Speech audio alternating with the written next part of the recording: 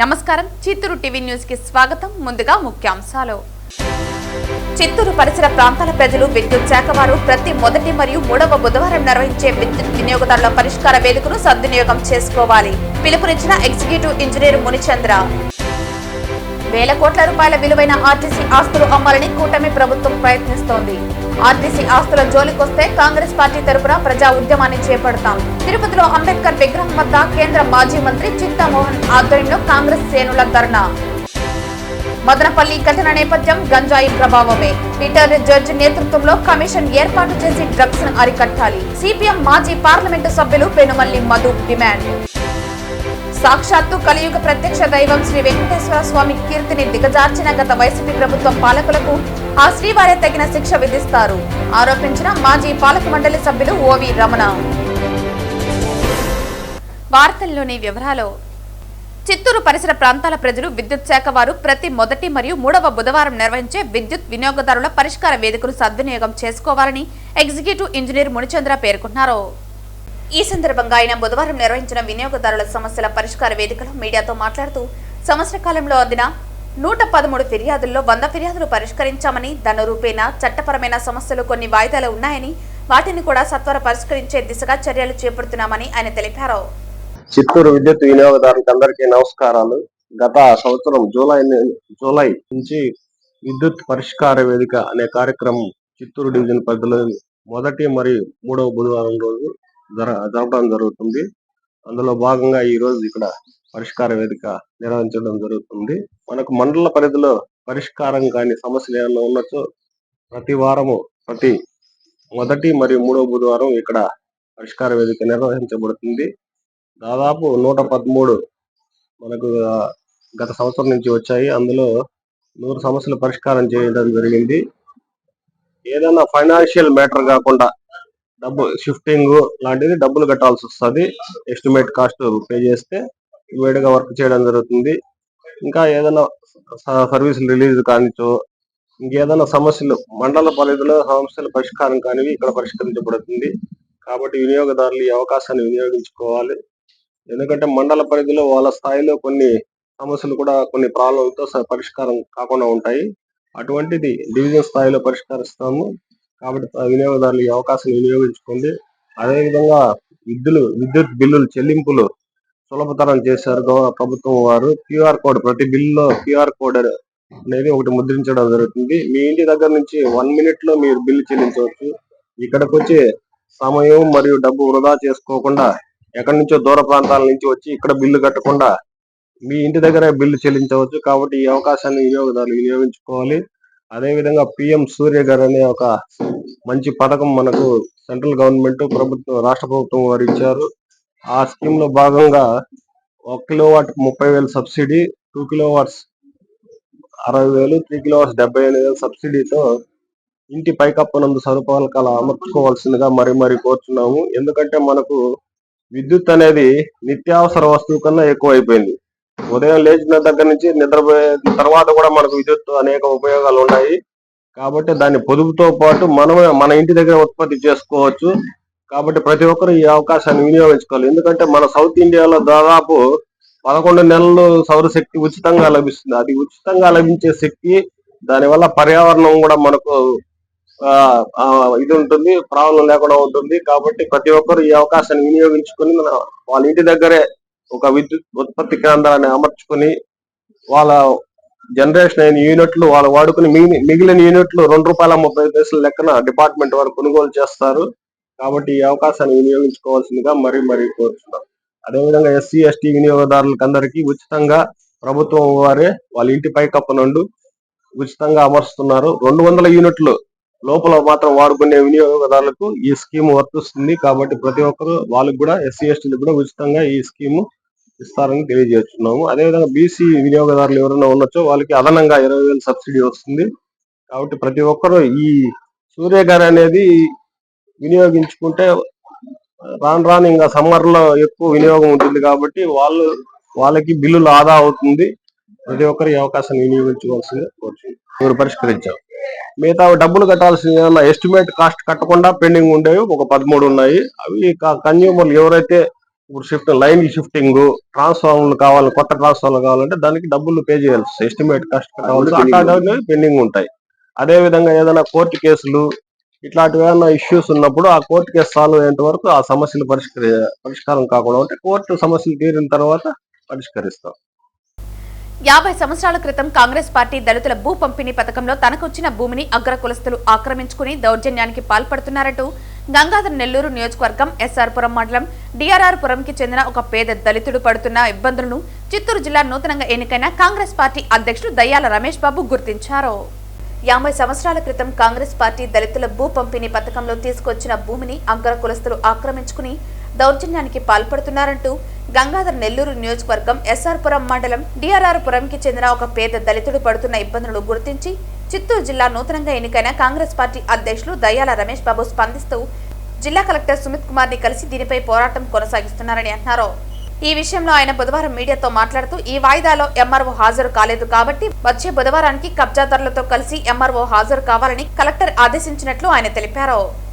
జీడీ నెల్లూరు నియోజకవర్గము ఎస్ఆర్ పురం మండలం డిఆర్ఆర్ పురం చెందినటువంటి ఈ పిచ్చయ్య అనే దళితుడు 50 సంవత్సరాల క్రితం డీకేటీ భూమిలో అనుభవంలో ఉన్నారు. 15 సంవత్సరాల క్రితం ప్రభుత్వము వీళ్ళందరికీ పట్టాలు కూడా మంజూరు చేయడం జరిగింది. అయితే ఈరోజు మనం చూస్తున్నాం 50 సంవత్సరాలుగా ఈ దళిత భూముల్ని అగ్రవర్ణాల వారు ఎక్కడ చూసినా అక్కడ ఆక్రమించుకొని అనుభవిస్తున్నారు. ఇటువంటి పరిస్థితుల్లో దళితులకు న్యాయం చేసే వారు ఒకరు కూడా లేకపోవడం నిజంగా మాకు దురదృష్టకరం. గత ప్రభుత్వంలో కూడా మనం చూసాము, ఎక్కడ కూడా ఎస్సీలకి న్యాయం చేసినట్టు దాఖలాలు మేము చూడలేదు. ఈరోజు ఇతనికి కోర్టు నుంచి కూడా ఇతనికి ఫేవర్గా ఆర్డర్లు అయింది. అదేవిధంగా గవర్నమెంట్ నుంచి వచ్చినటువంటి పట్టాలు అన్నీ ఉన్నాయి. అయినప్పటికీ కూడా ఆయన భూమి మీద ఆయన పోలేని పరిస్థితిలో ఉన్నారు. అక్కడ అగ్రవర్ణాలు ఇతన్ని రానియకుండా బెదిరించడం చూస్తున్నాము. కాబట్టి ఈ విషయాన్ని కాంగ్రెస్ పార్టీ తరఫున మేము కలెక్టర్ గారి దృష్టికి నిన్న తీసుకుని రావడం జరిగింది. కలెక్టర్ గారు వెంటనే స్పందించి ఈ రోజు అధికారులందరినీ పిలిపించడం జరిగింది. కొన్ని అనివార్య కారణాల వల్ల ఎంఆర్ఓ గారు రాలేకపోయినారు. దాని మీద పూర్తి విచారణ జరిపి వెంటనే నివేదిక సమర్పించాలని నెక్స్ట్ వీక్ బుధవారం నాడు మళ్ళీ తిరిగి రమ్మని చెప్పడం జరిగింది. మేము పూర్తి విశ్వాసంతో ఉన్నాము. కలెక్టర్ గారు ఖచ్చితంగా మా దళితులకి న్యాయం చేస్తారు. ఆయన న్యాయం వైపే ఉంటారని మేము పూర్తి విశ్వాసంతో ఈ పిచ్చయ్యకి న్యాయం చేయడానికి మేము సర్వదా కృషి చేస్తామని మీ అందరికీ విన్నవించుకుంటున్నాను. వేల కోట్ల రూపాయల విలువైన ఆర్టీసీ ఆస్తులు అమ్మాలని కూటమి ప్రభుత్వం ప్రయత్నిస్తోందని, ఆర్టీసీ ఆస్తుల జోలికొస్తే కాంగ్రెస్ పార్టీ తరపున ప్రజా ఉద్యమాన్ని చేపడతామని తిరుపతిలో అంబేద్కర్ విగ్రహం వద్ద కేంద్ర మాజీ మంత్రి చింతామోహన్ ఆధ్వర్యంలో కాంగ్రెస్ శ్రేణులు ధర్నా చేపట్టారు.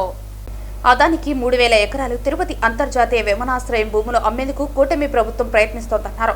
తిరుపతిలో అంతర్జాతీయ క్రికెట్ స్టేడియం ఏర్పాటుకు కాంగ్రెస్ ప్రభుత్వం పునాది వేసిందని, కూటమి ప్రభుత్వం ఆపిందని వెంటనే పనులు మొదలు పెట్టారన్నారు. కొంతమంది ఐఏఎస్, ఐపీఎస్ అధికారులు కొన్ని పార్టీల జెండాలను జేబులో పెట్టుకుని పనిచేస్తున్నారని అన్నారు.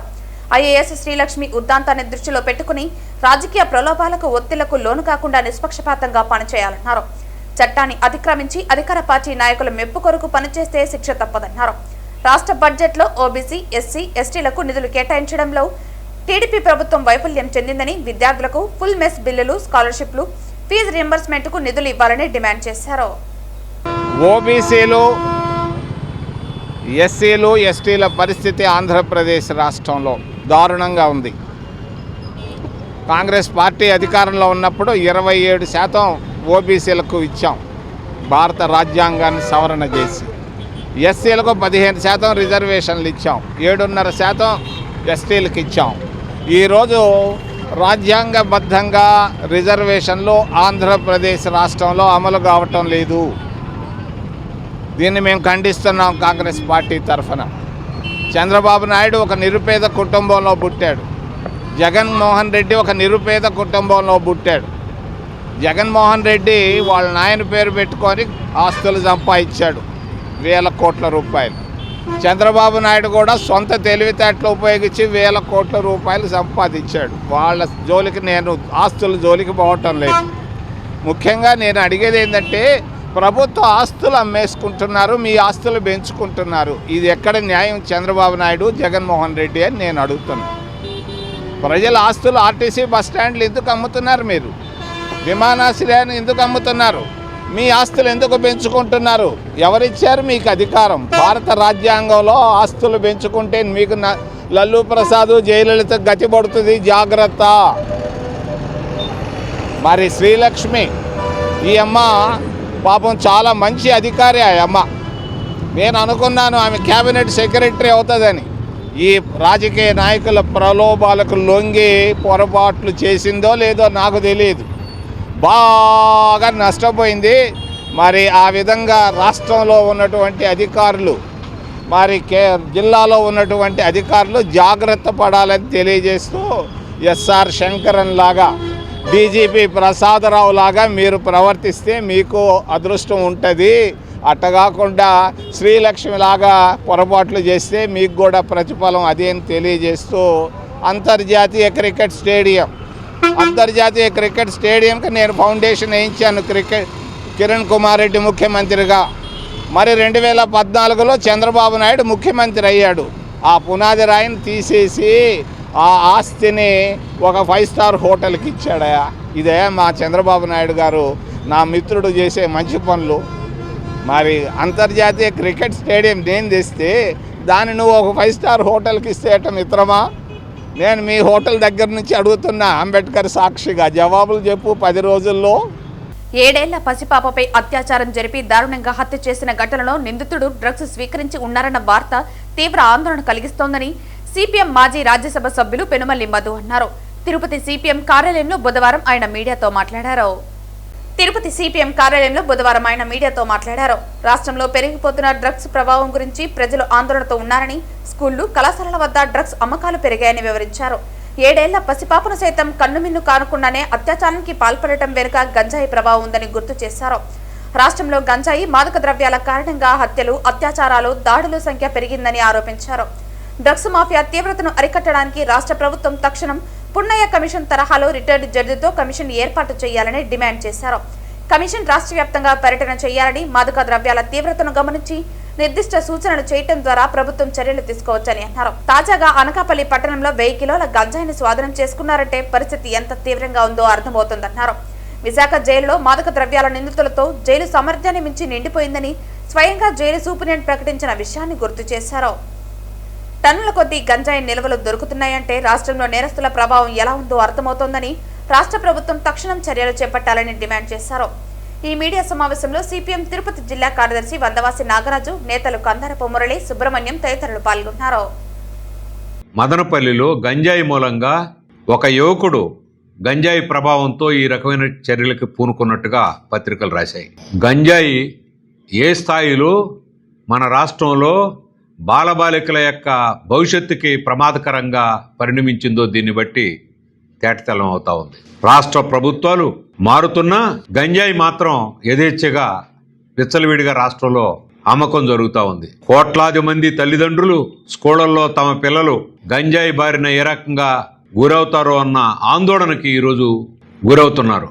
గంజాయి ప్రభావంతో 7 ఏళ్ల బాలిక మీద అత్యాచారం జరిగినట్టు, ఆ బాలికని హత్య చేసినట్లు ఈరోజు మదనపల్లి నుంచి వార్త పత్రికలన్నీ కూడా ఫ్లాష్ చేశాయి. మన రాష్ట్రం ఈ గంజాయి మహమ్మారికి గురవుతున్నట్టు పార్టీలు మారినా, రాష్ట్ర ప్రభుత్వాలు మారినా గంజాయి అమ్మకం మాత్రం అదుపు లేదు అని చెప్పి వార్తలు వస్తూ ఉన్నాయి. గంజాయి అదుపు చేసేదానికి రాష్ట్రంలో justice Punnaiah commission, SC ST atrocities నివారించడం కోసం ఏ రకంగా అయితే ఒక కమిషన్ ఏర్పాటు చేయబడ్డదో, రిటైర్డ్ జడ్జి చేత ఒక కమిషన్ ఏర్పాటు చేయాలి. ఆ కమిషన్ రాష్ట్ర వ్యాప్తంగా పర్యటన చేయాలి. తల్లిదండ్రులు, స్కూళ్ల యాజమాన్యాలు, విద్యావంతులు, మేధావులు వాళ్ళందరి యొక్క అభిప్రాయాలు తీసుకోవాలి. నివారణకి చర్యలు వెంటనే చేపట్టాలని చెప్పేసి మేము డిమాండ్ చేస్తున్నాం. జస్టిస్ పున్నయ్య కమిషను ఇచ్చిన సిఫార్సులు లాంటి సిఫార్సులు ఈ పర్యటన అనంతరం రావాలి. ఆ రకంగా ఇది ఒక ఉద్యమంగా, ప్రజా ఉద్యమంగా రాష్ట్రంలో విద్యావంతులందరినీ సమీకరించేటువంటిదిగా డాక్టర్లు, లాయర్లు, ఇతర ప్రముఖులు అందరినీ సమీకరిస్తే ఈరోజు ఏ రాజకీయ నాయకులైతే దీని వెనకాల ఉండి ఈ గంజాయి అమ్మకానికి కారణం అవుతుందో అవన్నీ కూడా వెలుగులోకి రావాలి. అప్పుడు మాత్రమే ఇవి అదుపు అవుతాయి. దీనికేదో తాత్కాలిక చర్యలు, క్యాబినెట్ నిర్ణయాలు, మంత్రుల యొక్క ప్రకటనలు వీటితో ఇది అయ్యేది కాదు. అందుకని వెంటనే ఏకసభ్య కమిషన్ ఒక రిటైర్డ్ జడ్జి చేత వెంటనే ఏర్పాటు చేయాలని చెప్పి రాష్ట్ర ప్రభుత్వానికి ఏమాత్రం చిత్తశుద్ధి ఉన్నా అలాంటి కమిషన్ వేసి తన చిత్తశుద్ధిని రుజువు చేసుకోవాలని చెప్పేసి మేము డిమాండ్ చేస్తున్నాం. సాక్షాత్తు కలియుగ ప్రత్యక్ష దైవం శ్రీ వెంకటేశ్వర స్వామి కీర్తిని దిగజార్చిన గత వైసీపీ ప్రభుత్వ పాలకులకు ఆ శ్రీవారి తగిన శిక్ష విధిస్తారని మాజీ పాలక మండలి సభ్యులు ఓవి రమణ మీడియా సమావేశం ఏర్పాటు చేసి వైకాపాపై ఆరోపణలు చేశారు. ఈ న్యాయ విషయం నేను సాక్షాత్ గతంలో పనిచేసినప్పుడు మన శ్యామలరావుకి అశోక్ సింఘాల్కి టైం తీసుకుని మాట్లాడు, అయ్యా ఈ న్యాయ విషయం భవిష్యత్తులో ఇంకా ఎక్కువ అవుతుంది, ఈ పర్చేస్ కమిటీలు ఈ బోర్డులు లేకుండా కేంద్ర ప్రభుత్వ సంస్థ NCDEFRI national cooperative dairy federation of India భారతదేశంలో అన్ని కోఆపరేటివ్ డైరీస్కు అది అగ్ర సంస్థ.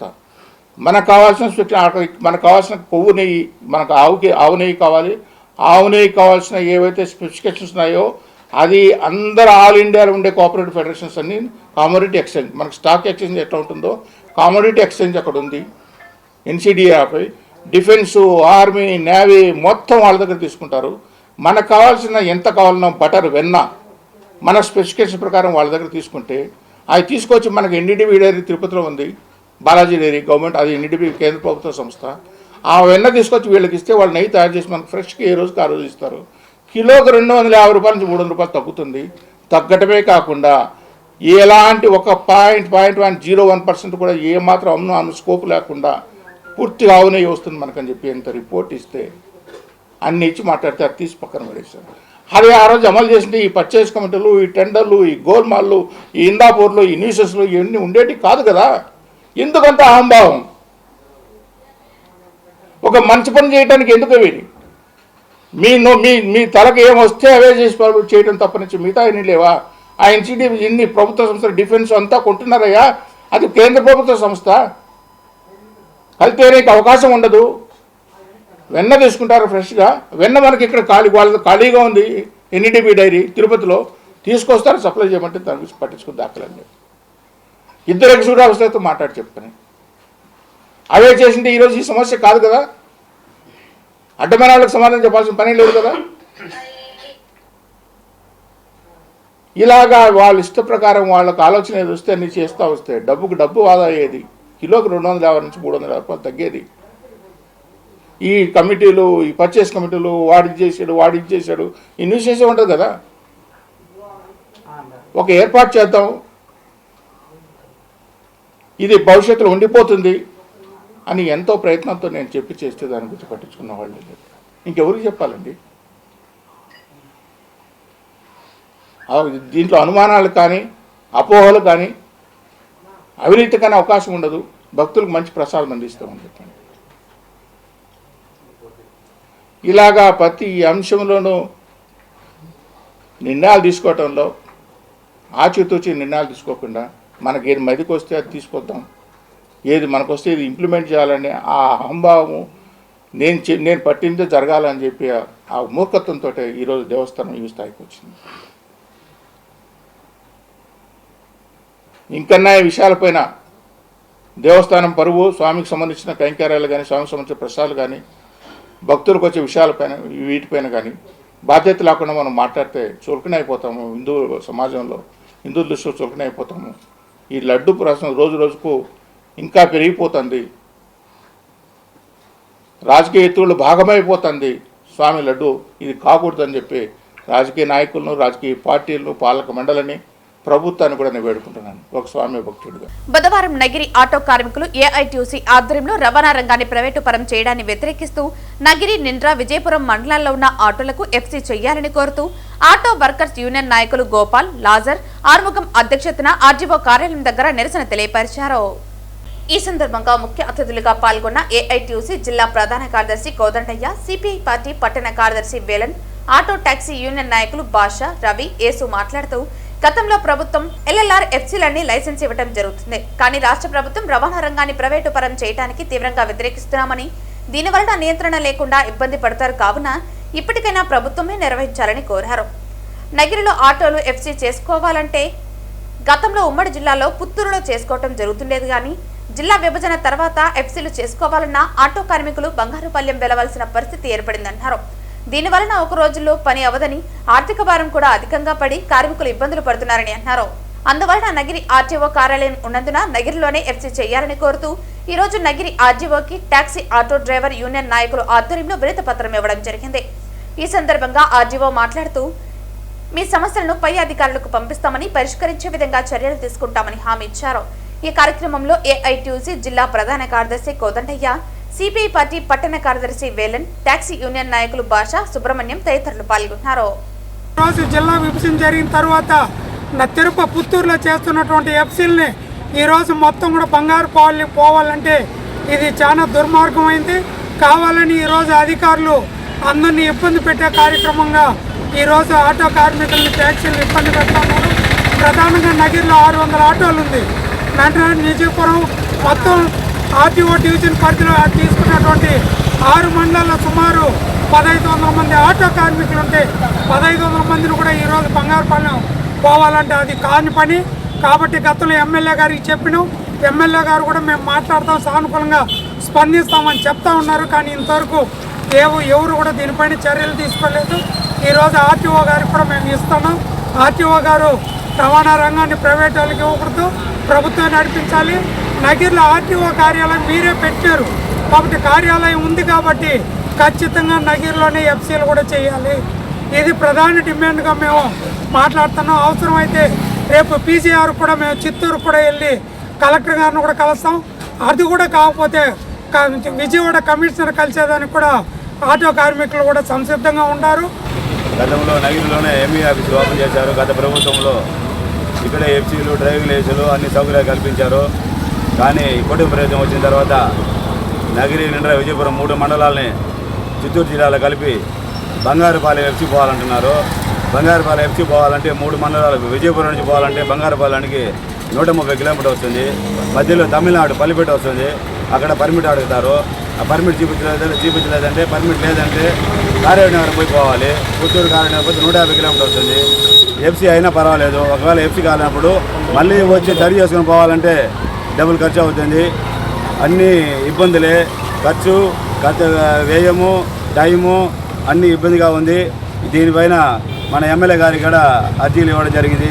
పీజీఆర్లో ప్రజావేదికలో అర్జీలు ఇవ్వడం జరిగింది. మన సీఎం గారు వచ్చినప్పుడు ప్రజావేదికలో దీనికి సంబంధించిన అర్జీ ఇవ్వడం జరిగింది. దీనిపైన అధికారులు కానీ నాయకులు కానీ ఇంతవరకు స్పందించలేదు. వాళ్ళు చెప్పిందే చెప్తున్నారు కానీ ఇంతవరకు న్యాయం జరగలేదు. ఇప్పటికైనా ఆటో వాళ్ళకి ఎంత ఇబ్బంది అంటే ఆటో వాళ్ళకి ఫ్రీ చేశారు బస్సులో. ఇప్పుడు వాళ్ళ కలెక్షన్ లేదు, వాళ్ళ యొక్క కూలీ గిట్టుబాటు అవ్వట్లేదు. కానీ ఎఫ్సీలు అంటే సంవత్సరం ఒకసారి ఎఫ్సీకి పోవాలంటే మాత్రం యథావిధిగా బంగారుపాలెం పోవాలంటే చాలా కష్టమైన పరిస్థితి ఇది. దీని అధికారులు కానీ నాయకులు కానీ స్పందించి నగిరిలోనే ఎఫ్సీ చేసిన సౌకర్యం కల్పించాలని కోరుతున్నాము. గివింగ్ హ్యాండ్స్ ఫౌండేషన్ వ్యవస్థాపకురాలు డాక్టర్ వరలక్ష్మి మరియు ఫౌండేషన్ ప్రెసిడెంట్ కుమారి సాయి దీపిక తమకు లభించిన తెలుగు బుక్ ఆఫ్ రికార్డ్స్ గురించి శ్రీకాళహస్తి ప్రెస్ క్లబ్ లో ఏర్పాటు చేసిన పాత్రికేయుల సమావేశంలో వివరించారు. తిరుపతి జిల్లాలోని శ్రీకాళహస్తికి చెందిన ఈ ఇద్దరు వరలి చిత్రకళ ద్వారా సంపూర్ణ రామాయణాన్ని వినూత్నంగా చిత్రీకరించినందుకు గాను తెలుగు బుక్ ఆఫ్ రికార్డ్స్ సాధించినట్లు తెలిపారు. ట్రైబల్ ఆర్ట్స్ శైలిలో వార్లే చిత్రలేఖనాన్ని చేతివేలితో ఆవిష్కరించి తెలుగు అక్షరమాల ఆధారంగా సంపూర్ణ రామాయణాన్ని సృజనాత్మకంగా తీర్చిదిద్దినందుకు ఈ గుర్తింపు లభించిందన్నారు. ఫిబ్రవరి 7, 2026న హైదరాబాద్లోని త్యాగరాయ గానసభలో నిర్వహించిన కార్యక్రమంలో ముఖ్య అతిథుల చేతుల మీదుగా పురస్కారాన్ని అందుకున్నట్లు వెల్లడించారు. ఈ సందర్భంగా డాక్టర్ వరలక్ష్మి మాట్లాడుతూ 10వ మరియు 9వ తరగతి విద్యార్థులకు వారి పాఠ్యాంశాల్లోని సంపూర్ణ రామాయణాన్ని కేవలం 20 నిమిషాల్లో పునశ్చరణ చేసుకునే విధంగా వార్లే చిత్రకళ రూపంలో రూపొందించామని తెలిపారు. చిత్రలేఖనంతో పాటు పురాణ ఇతిహాసాలపై అవగాహన కల్పిస్తూ విలువలతో కూడిన విద్యను అందించడం తమ లక్ష్యమని పేర్కొన్నారు. ఫౌండేషన్ ప్రెసిడెంట్ సాయి దీపిక మాట్లాడుతూ వార్లే చిత్రలేఖనంపై విద్యార్థుల్లో ఆసక్తి పెంపొందించడంతో పాటు రామాయణంలోని నీతి సందేశాలను సులభంగా అర్థమయ్యే విధంగా అవగాహన సదస్సులు నిర్వహిస్తున్నామని తెలిపారు. రాష్ట్ర వ్యాప్తంగా 100 పాఠశాలలో ఈ కార్యక్రమాన్ని అమలు చేయడానికి ప్రణాళిక సిద్ధం చేస్తున్నట్లు తెలిపారు.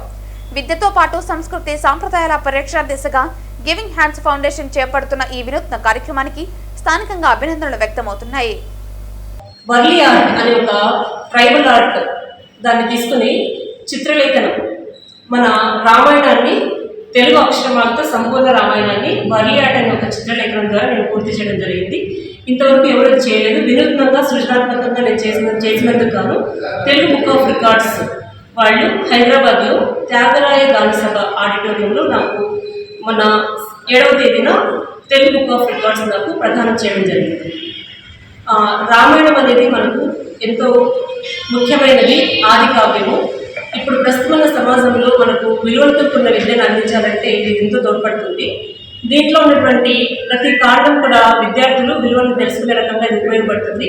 అయితే మేము వర్లీ ఆర్ట్ అనేది సెలెక్ట్ చేసుకోవడానికి కారణం ఏంటంటే, వర్లీ ఆర్ట్ అనేది చాలా సులువైనటువంటి ఒక చిత్రలేఖనం. దీంట్లో కేవలం త్రిభుజాలు మరియు సర్కిల్స్ అంటే రౌండ్స్ మాత్రమే తెలిసినట్లయితే విద్యార్థులు వాళ్ళు అవలీలగా గీస్తారు. అంటే అనుభవాత్మక పరిజ్ఞానం ద్వారా విద్యార్థులు గీస్తున్న క్రమంలో ఇందులో ఏ క్యారెక్టర్స్ ఉన్నాయి, ఈ రామాయణం అంటే ఏంటి, రామాయణంలో నీతి ఏంటి అనేది సంగ్రహిస్తారు అనే విషయంగా మేము పరిశోధన చేసి దీని ద్వారా విద్యార్థులకి ఎంతో ఉపయోగపడుతుంది, ఇది విద్యార్థుల సమగ్ర మూర్తిమత్వ వికాసానికి ఉపయోగపడుతుంది అని చెప్పేసి మేము ఈ అంశాన్ని సెలెక్ట్ చేసుకొని పూర్తి చేయడం జరిగింది. దానికి తెలుగు బుక్ ఆఫ్ రికార్డ్స్ వారు మాకు తెలుగు బుక్ ఆఫ్ రికార్డ్స్ని 7వ తేదీ ఫిబ్రవరి 7వ తేదీన నాకు అందజేయడం జరిగింది. దానికి నేను సంతోషిస్తూ పత్రిక ముఖంగా తెలియజేయాలని ఈ ప్రెస్ మీట్కి అటెండ్ అవ్వడం జరిగింది. ఆ నుంచి ఆహా వరకు ప్రతి ఒక్క అక్షరంతో స్టార్ట్ అయ్యే సెంటెన్స్తో డ్రా చేశారు. దాన్ని చూస్తూనే నాకు ఇంట్రెస్ట్ వచ్చింది.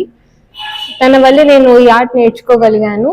అండ్ ఈవెన్ ఆర్ట్ సరిగ్గా రాని పిల్లలు, అంటే సరిగ్గా డ్రాయింగ్ వేయని పిల్లలు కూడా ఓన్లీ సర్కిల్స్ అండ్ ట్రయాంగిల్స్తో సింపుల్గా ఆర్ట్ వేసే విధానం కావడం వల్ల నాకు కూడా నేర్చుకోవడం ఈజీ అయ్యింది.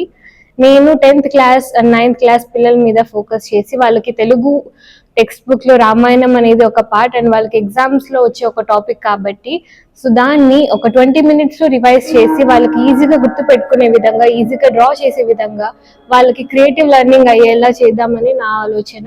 సో అందులో నుంచి వచ్చిందే ఈ ఐడియా. మా ఇద్దరికి ఒకేసారి తెలుగు బుక్ ఆఫ్ రికార్డ్స్ రావడం అనేది మాకు చాలా హ్యాపీగా ఉంది. వీఆర్ఏల సమస్యల పరిష్కారం కొరకు వీఆర్ఏ సంఘం రాష్ట్ర వ్యాప్త పిలుపులో భాగంగా ఈ రోజు తిరుపతి జిల్లా కలెక్టర్ కార్యాలయం వద్ద ధర్నా నిర్వహించడం జరిగింది. ఈ ధర్నా వీఆర్ఏల సంఘం జిల్లా నాయకులు సుధాకర్ అధ్యక్షతన జరిగింది. ఈ సందర్భంగా సిఐటియు జిల్లా అధ్యక్షుడు జయచంద్ర, వీఆర్ఏ సంఘం గౌరవ అధ్యక్షులు పుల్లయ్య, సిఐటియు రాష్ట్ర కమిటీ సభ్యులు బాలసుబ్రహ్మణ్యం, సిహెచ్ చంద్రశేఖర్ మాట్లాడుతూ ఆంధ్రప్రదేశ్ రెవెన్యూ వ్యవస్థలో సుమారు 19,359,000 మంది గ్రామ రెవెన్యూ సహాయకులుగా పనిచేస్తున్నారని, రెవెన్యూ శాఖలో సుదీర్ఘ కాలం నుండి చాలా తక్కువ వేతనంతో పనిచేస్తున్నామన్నారు. రెవెన్యూ డిపార్ట్మెంట్లో దిగువ స్థాయిలో పనిచేస్తూ ప్రజలతో నిత్య సంబంధాలు కలిగి ఉన్నారని, డిపార్ట్మెంట్ ద్వారా ప్రజా సమస్యలు పరిష్కారానికి ప్రధాన పాత్ర పోషిస్తున్నారని అన్నారు. గ్రామంలో నివసిస్తూ అనునిత్యం ప్రజా సమస్యలు పరిష్కరించడంలో మరియు ప్రజలకు అందుబాటులో ఉంటున్నారని, గ్రామ రెవెన్యూ సహాయకులు పార్ట్ టైం ఉద్యోగులు అయినా రాత్రి పగలు తేడా లేకుండా పనిచేస్తున్నారని అన్నారు.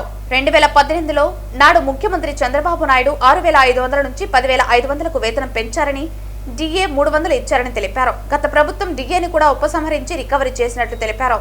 రాష్ట్రంలో తెలుగుదేశం కూటమి ప్రభుత్వం వచ్చాక అయినా జీతాలు పెరుగుతాయని, ప్రమోషన్లు అమలు చేస్తారని వీఆర్ఏలు ఆశించారు. కానీ గత 19 నెలల కాలంలో కూటమి ప్రభుత్వం వీఆర్ఏల సమస్యలు ఏ ఒక్కటి పరిష్కరించలేదని, నిబంధనలకు విరుద్ధమైన డ్యూటీలు వేస్తున్నారని, నిబంధనలకు విరుద్ధంగా నైట్ వాచ్మెన్ డ్యూటీలు, అటెండర్ డ్యూటీలు వేశారని అన్నారు. ప్రమోషన్ల కొరకు ఎదురు చూస్తున్న వీఆర్ఏలకు వయోభారం పెరుగుతుందని, దళిత, గిరిజన, మైనారిటీ, బడుగు బలహీన వర్గాలకు చెందిన వీఆర్ఏల కుటుంబాలను ఆకలి బాధల నుంచి ఆదుకోవాలని రాష్ట్ర ప్రభుత్వానికి విజ్ఞప్తి చేస్తున్నామన్నారు. అక్రమ డ్యూటీలను రద్దు చేసి వాచ్మెన్లు, అటెండర్లు ఎక్కడైతే అవసరమో అక్కడ సీనియారిటీ ఉన్న వీఆర్ఏలను శాశ్వత ప్రాతిపదికన నియమించాలని కోరుతున్నామన్నారు. వీఆర్ఏల న్యాయమైన సమస్యలను పరిష్కరించాలని ప్రభుత్వాన్ని డిమాండ్ చేస్తున్నామన్నారు. ఈ కార్యక్రమంలో సిఐటియు జిల్లా ఉపాధ్యక్షులు మునిరాజా, గురవయ్య, హరినాథ్, వీఆర్ఏ సంఘం లక్ష్మీకర కుమార్, వెంకట సుబ్బయ్య, రామచంద్రయ్య తదితరులు పాల్గొన్నారు. వీఆర్ఏల సమస్యలు పరిష్కారం కావాలని చెప్పనని ఈరోజు రాష్ట్ర వ్యాప్తంగా కలెక్టరేట్ వద్ద ఆందోళన కార్యక్రమాలకి పిలుపునివ్వడం జరిగింది. ప్రధానమైనటువంటి డిమాండ్ వాళ్ళ వీఆర్ఏలందరికీ కూడా వేతనం పెరగట్లేదు. వేతనం దాదాపు 11 సంవత్సరాల నుంచి అదే వేతనం కొనసాగిస్తున్నటువంటి పరిస్థితి కనిపిస్తూ ఉంది. ఇవాళ బడ్జెట్ 3,33,000 కోట్ల రూపాయల బడ్జెట్. ఆ బడ్జెట్లో ఒక్క రూపాయి కూడా వీఆర్ఏలకు కానీ ఇతర కార్మిక సోదరులకు కానీ ఒక్క రూపాయి కూడా కేటాయించి పెంచినటువంటి పరిస్థితి లేదు. ఈరోజు చాలా తీవ్రమైనటువంటి ఇబ్బందులకు గురవుతూ ఉన్నారు. వేతనాలు రాక, సరిపోక అనేక రకాలైనటువంటి ఇబ్బందులకు గురవుతూ ఉంటే వాళ్ళ కనీసమైనటువంటి బాధ్యత కూడా లేనటువంటి పరిస్థితి ఈరోజు ఏర్పడింది. మొన్నటిదాకా 2014 ముందు దాకా ఉమ్మడిగా ఉన్నటువంటి మన వీఆర్ఏల సోదరులంతా కూడా అక్కడేమో తెలంగాణలో ప్లే స్కేల్కు 36,000 రూపాయలు పే స్కేల్ ఇస్తూ ఉన్నారు. ఇక్కడ మాత్రం 6,000 నుంచి 11,000 రూపాయలు మాత్రమే కేటాయించినటువంటి పరిస్థితి కనిపిస్తూ ఉంది. ఓవైపు ఏమో నిత్యావసర వస్తువుల ధరలన్నీ కూడా విపరీతంగా పెరిగిపోయినాయి. ఆ పెరిగిన ధరలకు అనుగుణంగా వేతనాలు పెంచాల్సినటువంటి బాధ్యత రాష్ట్ర ప్రభుత్వం పైన ఉంది. కానీ ఆ రాష్ట్ర ప్రభుత్వం ఏమాత్రం కూడా పట్టించుకోవట్లేదు. కాబట్టి ఈరోజు ధర్నా కార్యక్రమాలకు పిలుపునిస్తూ ఉన్నాం. ఈ ధర్నాల్లో ఈ సమస్యలు కనుక పరిష్కారం కాకపోతే రేపు రాబోయే కాలంలో రాష్ట్ర వ్యాప్తంగా అసెంబ్లీ కార్యక్రమాన్ని కూడా ముట్టడి చేయడానికి సిఐటియు విఆర్ఏ సంఘం సిద్ధపడుతుందని చెప్పి రాష్ట్ర ప్రభుత్వానికి హెచ్చరిక చేస్తా ఉన్నాం. వార్తలు ముగించే ముందు ముఖ్యాంశాలు మరోసారి. చిత్తూరు పరిసర ప్రాంతాల ప్రజలు విద్యుత్ శాఖ వారు ప్రతి మొదటి మరియు 3వ బుధవారం నిర్వహించే విద్యుత్ వినియోగదారుల పరిష్కార వేదికను సద్వినియోగం చేసుకోవాలి. పిలుపునిచ్చిన ఎగ్జిక్యూటివ్ ఇంజనీర్ మునిచంద్ర. వేల కోట్ల రూపాయల విలువైన ఆర్టీసీ ఆస్తులు అమ్మాలని కూటమి ప్రభుత్వం ప్రయత్నిస్తోంది. ఆర్టీసీ ఆస్తుల జోలికొస్తే కాంగ్రెస్ పార్టీ తరపున ప్రజా ఉద్యమాన్ని చేపడతాం. తిరుపతిలో అంబేద్కర్ విగ్రహం వద్ద కేంద్ర మాజీ మంత్రి చింతామోహన్ ఆధ్వర్యంలో కాంగ్రెస్ శ్రేణుల ధర్నా. మదనపల్లి ఘటన నేపథ్యం గంజాయి ప్రభావమే. పీటర్ జడ్జి నేతృత్వంలో కమిషన్ ఏర్పాటు చేసి డ్రగ్స్ ను అరికట్టాలి. సిపిఎం మాజీ పార్లమెంటు సభ్యులు పెనుమల్లి మధు డిమాండ్. సాక్షాత్తు కలియుగ ప్రత్యక్ష దైవం శ్రీ వెంకటేశ్వర స్వామి కీర్తిని దిగజార్చిన గత వైసీపీ ప్రభుత్వం పాలకులకు ఆ శ్రీవారే తగిన శిక్ష విధిస్తారు ఆరోపించిన మాజీ పాలక మండలి సభ్యులు ఓవి రమణ. ఈ వార్తలు ఇంతటితో సమాప్తం. తిరిగి వార్తల్లో మళ్ళీ కలుద్దాం. అంతవరకు సెలవు. నమస్కారం.